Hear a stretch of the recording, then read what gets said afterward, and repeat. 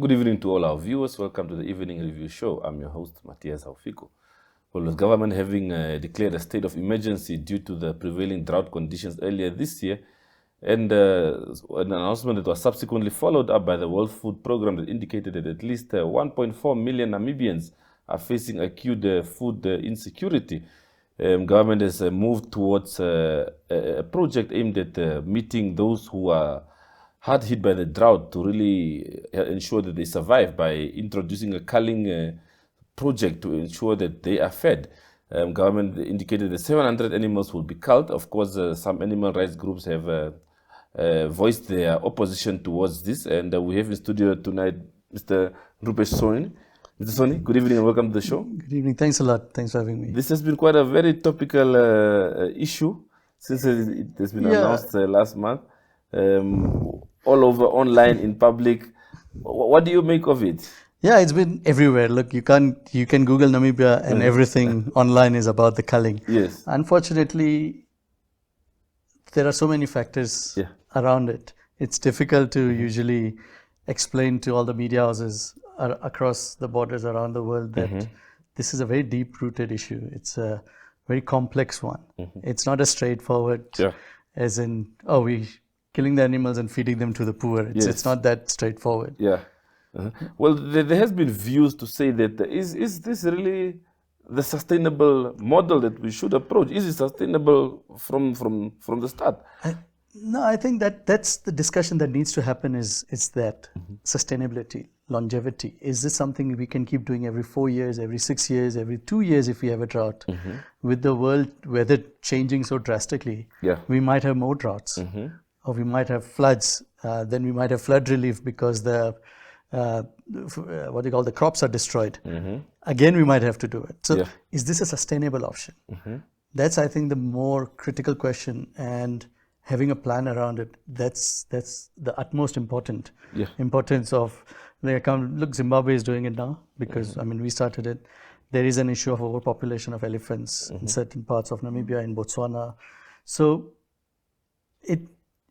if you look at sustainability, definitely not. The rest of the world doesn't even have elephants left. Yes.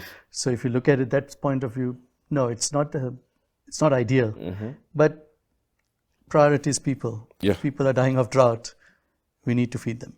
So I think considering that, government took decisions that they thought is right to first save lives.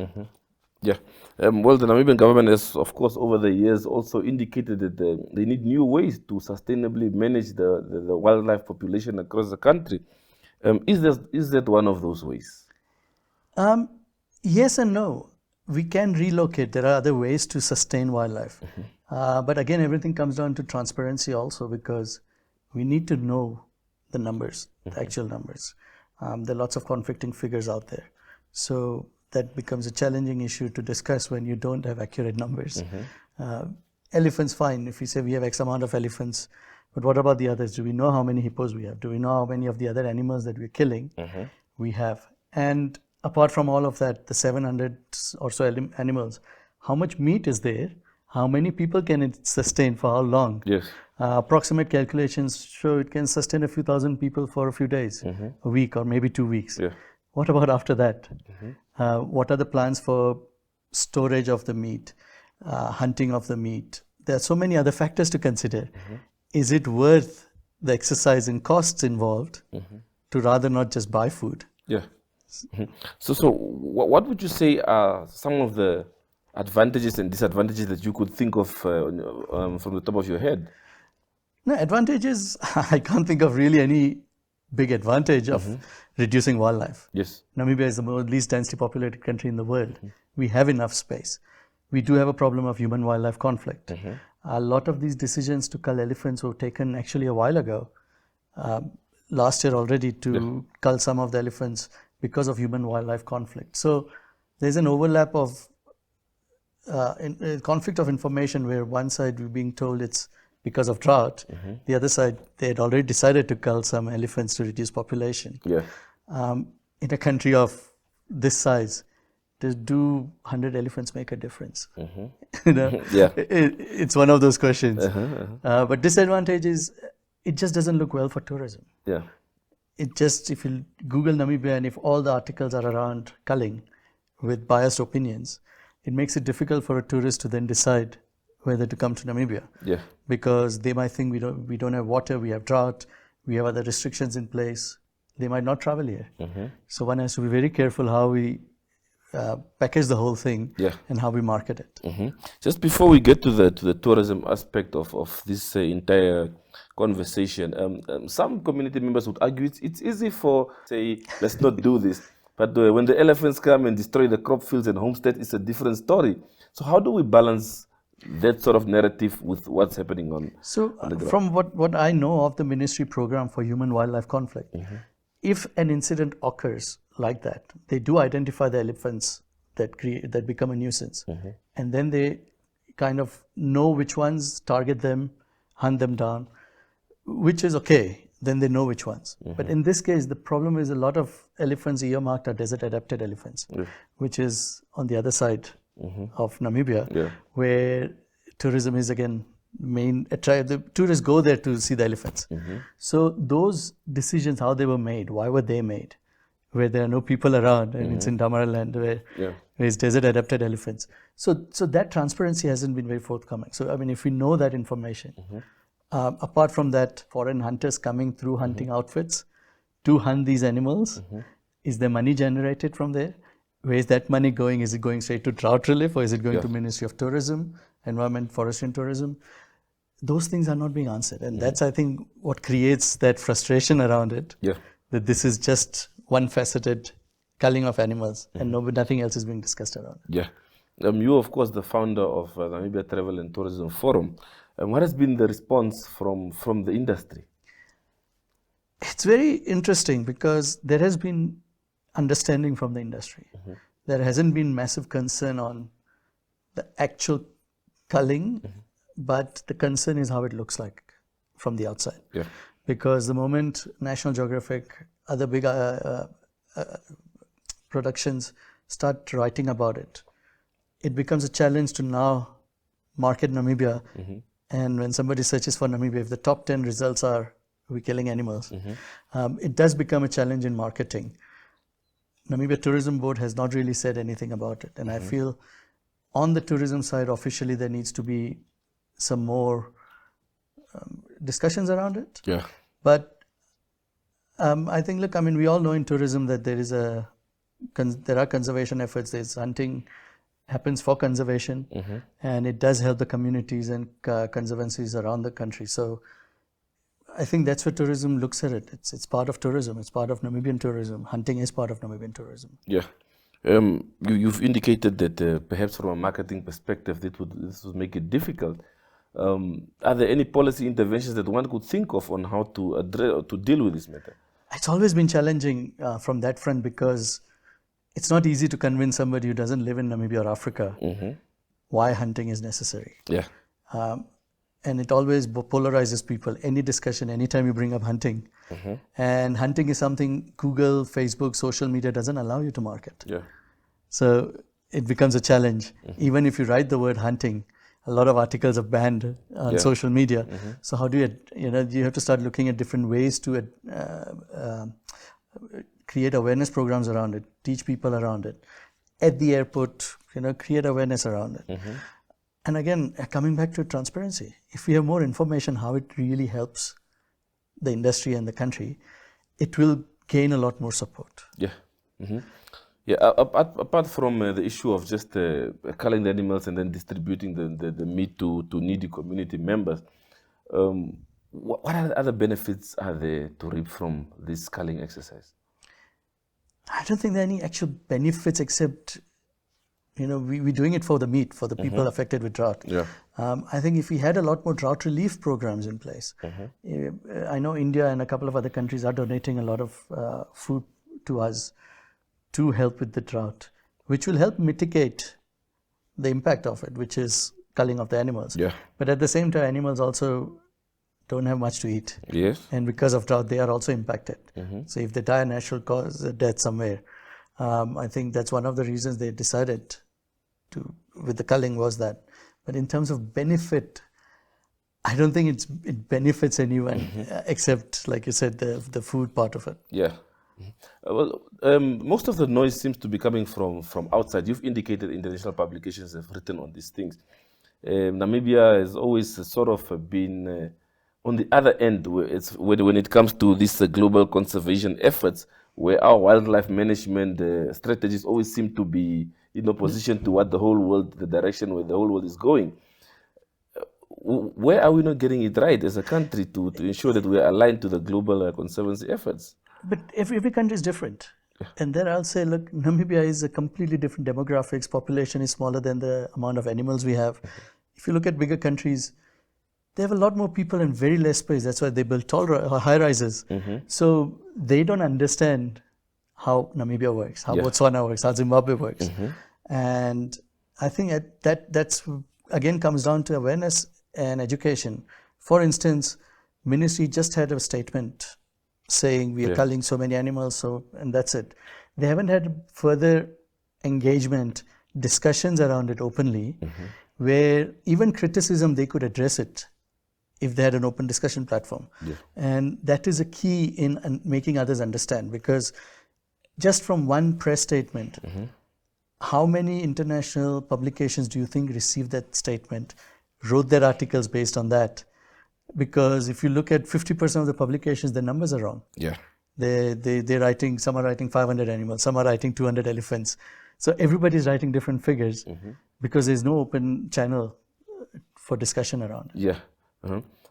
And what would you say in terms of drawing tourists to the country? How much of an influence does the type of wildlife in a specific area has on when I decide where I'm going for my holiday?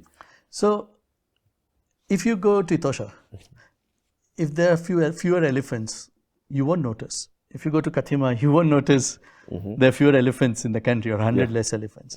But if you are culling the desert elephants, and tourists go to Damaraland, Trufflefontein, that whole area for elephants. They go through the riverbeds. They actually have the expeditions looking for elephants.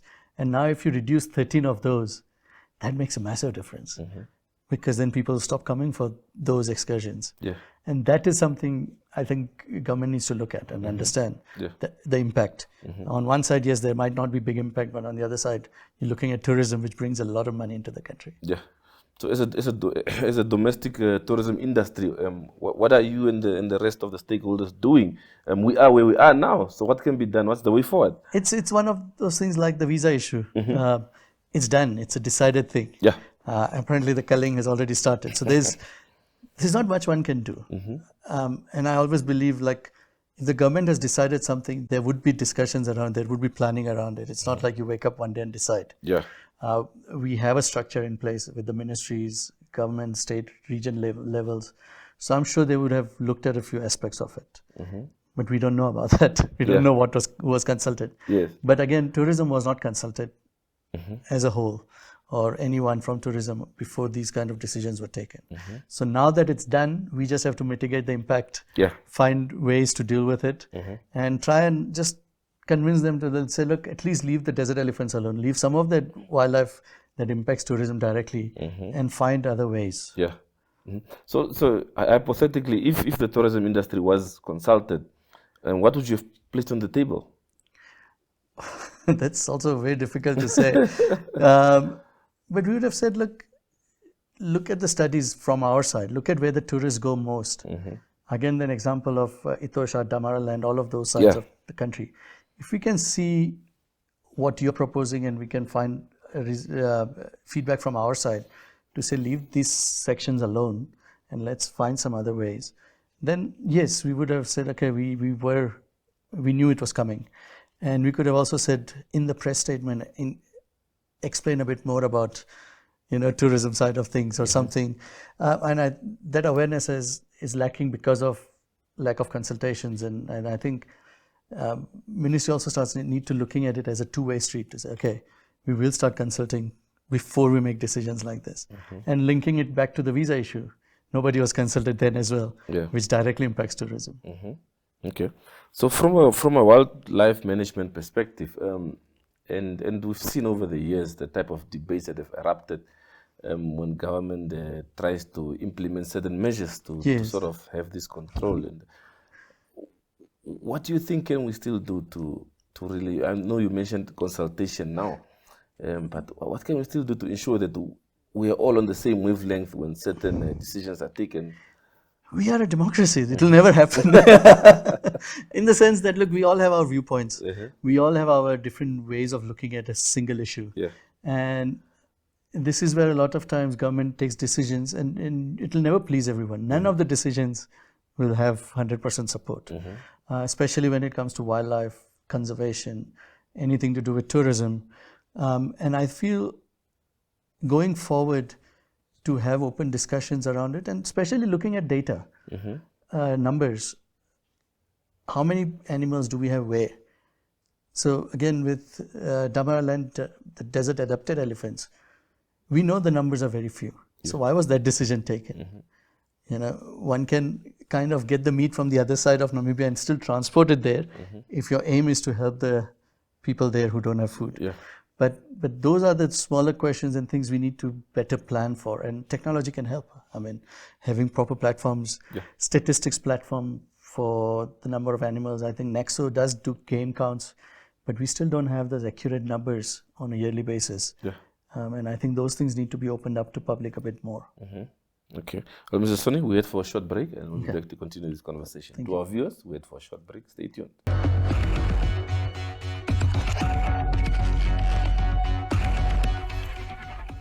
Well, welcome back to the second half of our show. Mr. Soni, just to continue our conversation, well, we see in other jurisdictions there are programs aimed at also fighting natural disasters, things such as drought and so on. Could we look at perhaps, is there a way that we can factor in tourism sort of drought programs to also just help make things easier? I feel tourism being 10, 15, hopefully $20 billion contribution to the GDP. If you do look at, and some countries have done it, like for example, some countries when there is over tourism, they implement taxes. When there is a natural disaster, they do kind of implement certain ways to collect money. And if we do implement a small tax or contribution or donation program from tourists to say, look, contribute $20 US. But if $50 US or whatever you can, if there was a program like that, I'm sure it will generate a lot of money. Because people who travel the country have seen there is an impact of drought. There's less wildlife, it's all brown, dried.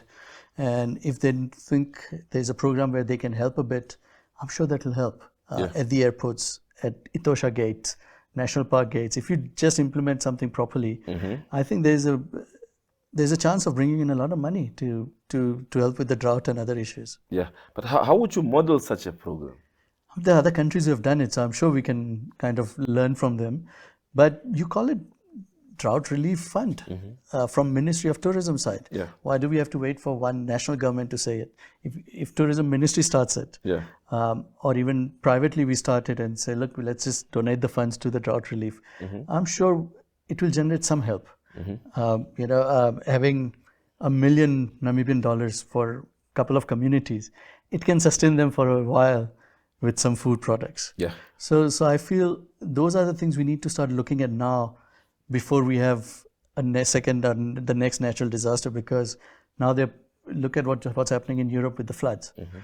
They're predicting us having above average rainfall end of this year, next year. We'll have flood problems. Again, we'll be collecting donations and waiting for other countries to help us. So if we can start a long-term program from different ministries that can contribute towards the relief, central relief, I think we can definitely look at that. There might be those who might argue that if I'm a player in the tourism industry, I say we're already burdened with levies and so on, you still want to add more costs on our operations. There is levies on, but it's not them paying, it's the tourists themselves. You are kind of pleading them or making a plea directly to the tourists to donate if they want to. But it's a start. If you do have a program and at the airport saying, here's a box, please donate what you can. It's a voluntary fund, but Yeah. I'm sure you can get some support. But not starting will not give us anything. Yeah. Yeah. One of the issues over the years has been the issue of the stockpiles of ivory that we have. Now you are culling all these elephants again. You add on to those stockpiles, and according to CITES, we know Namibia, Yeah. we are stuck with it. So we're adding on to our own headache again. So how do we navigate this going forward? That's a very, I'll say it's a very sensitive topic. And it's something that has been discussed over the years Yeah. with CITES, legalizing, not legalizing, Yes. poaching, anti-poaching. I mean, it's been a problem. But again, that's more of the ministry and the government to decide actions they want to take. But if we have better programs of awareness, channeling information, I think we can get a bigger support. Whether it is to legalize, whatever decisions we want to make, if we can convince others with proper data why we have to do this, it will help. But blaming and saying you are not letting us do this, so we are going to do it, or we will threatening each other, that doesn't help in the long term. Yeah. It doesn't help relationships of governments, and it doesn't help with legalizing or protecting any aspect of wildlife. Is there enough data out there to convince outsiders why Namibia has taken the position it did? No. We have yearly counts and we have some data, but we don't have analysis of the data. It's the same with census, same with population count of animals. We get given the numbers, but we don't get given the data, so we can run our own numbers. Yeah. And that's something that we need to start looking at more. To say in tourism, which countries, when Germany or UK imposes a ban on trophy hunting, how does it directly impact us? If we have a few years data on that, shared data, we can then see the impact. If all the hunting association opens up their data and says this is the impact, direct or indirect, over the years, we can then start looking at the long-term impact and do predictive analysis of how to better manage it. But currently where we sit, we have no data. Only thing we have is the yearly tourism statistics, which are released 6 months after a year. So 2024 statistics will only be released in 2025 August. It doesn't help.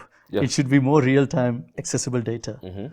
And that's something we as Forum also have been aiming for, to try and figure out how to get data openly. Yeah.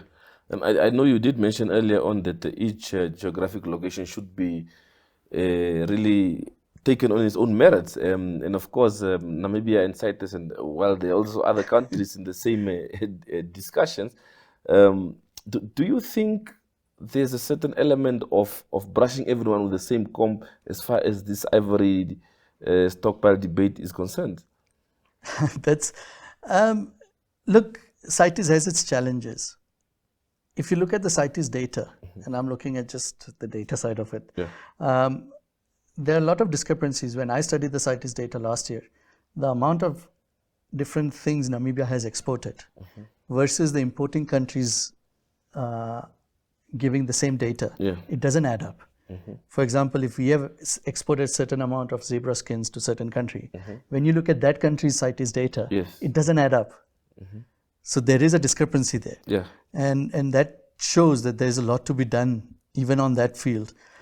Because, I mean, very rarely you'll find a centralized worldwide body work uniformly for every country. The fact that we have so many animals and wildlife will always be at the other end of the countries that don't have any wildlife. So I mean, the countries would solely only have zoos. They have no natural wildlife left. So we'll always be on the opposite end of those countries in terms of making decisions. I just want to bring us to take us back to our earlier point that we discussed regarding the image of the country around all this and the issue of ecotourism. What is the impact of this culling program on all of this? I don't think directly there is as much impact. We are going now towards the end of the year, which is a bit low season always anyway. But I think a lot of incidences like this create an overall view of a country rather than a quick decision of coming to Namibia for a holiday or not. But when you look at search engines, when you look at our image online, if everything about Namibia is negative, it creates a negative impression of the country. And then the guy decides, you know what? Yeah, there's too much negativity in me. There's drought, there's killing of animals, government is not doing enough. And that builds up an image of a country for you. Yeah. And as a tourist, you will say, you know, I'll rather go to Botswana. And again, Botswana complained a few months ago, that because Germany banned hunting, remember they said they want to send 20,000 elephants to Germany. Yeah. They're not culling. Just as a point, they are not culling. Or I don't know if they have it in plans. Yeah. So why are they not doing it? And as a tourist, if I see an image of a country, I'm going to see a lot more positive side of Botswana online. And my decision would rather be to travel there. Yeah. And that's how social media and internet works. So it's marketing. So just lastly, is there a way that one can balance the ethical considerations and the need for population, wildlife management, and also saving lives, as in Namibia's case? Can you balance those three? It's a very, very fine line, because when it comes to hunger, there are no ethics. If a guy in the bush has nothing to eat, nothing to feed his kids, it doesn't matter what animal walks in front of it. He's going to kill it for meat. Yeah. That's human. I mean, and that's also with poaching. That is one of the issues, because people are going hungry, so they're poaching animals, whatever they see moving. And we have to understand it is a bigger problem than just culling or ethical side of it. Yes, we can do more awareness and more training. We can teach all the communities it's wrong to kill. Do you think they're going to do it? No, stop doing it. They won't, because it's part of the culture. It's part of the tradition. Yeah. And they're hungry. Again, the kids are hungry. You're not going to see your kids starve. So it's something, like I always say, if you can feed the people, all the other problems will probably go away or reduce. Yeah. Look at some bigger countries. The priority is always feeding the people. Make sure you do that. Everything else kind of goes away. Yeah. Well, Mr. Soni, thank you very much for your time. Thanks a lot. And we wish you well with your work. All right, thanks. Thank you. Well, to our viewers, that's it from the Evening Review team. See you again tomorrow, same time, same place. Have a pleasant evening.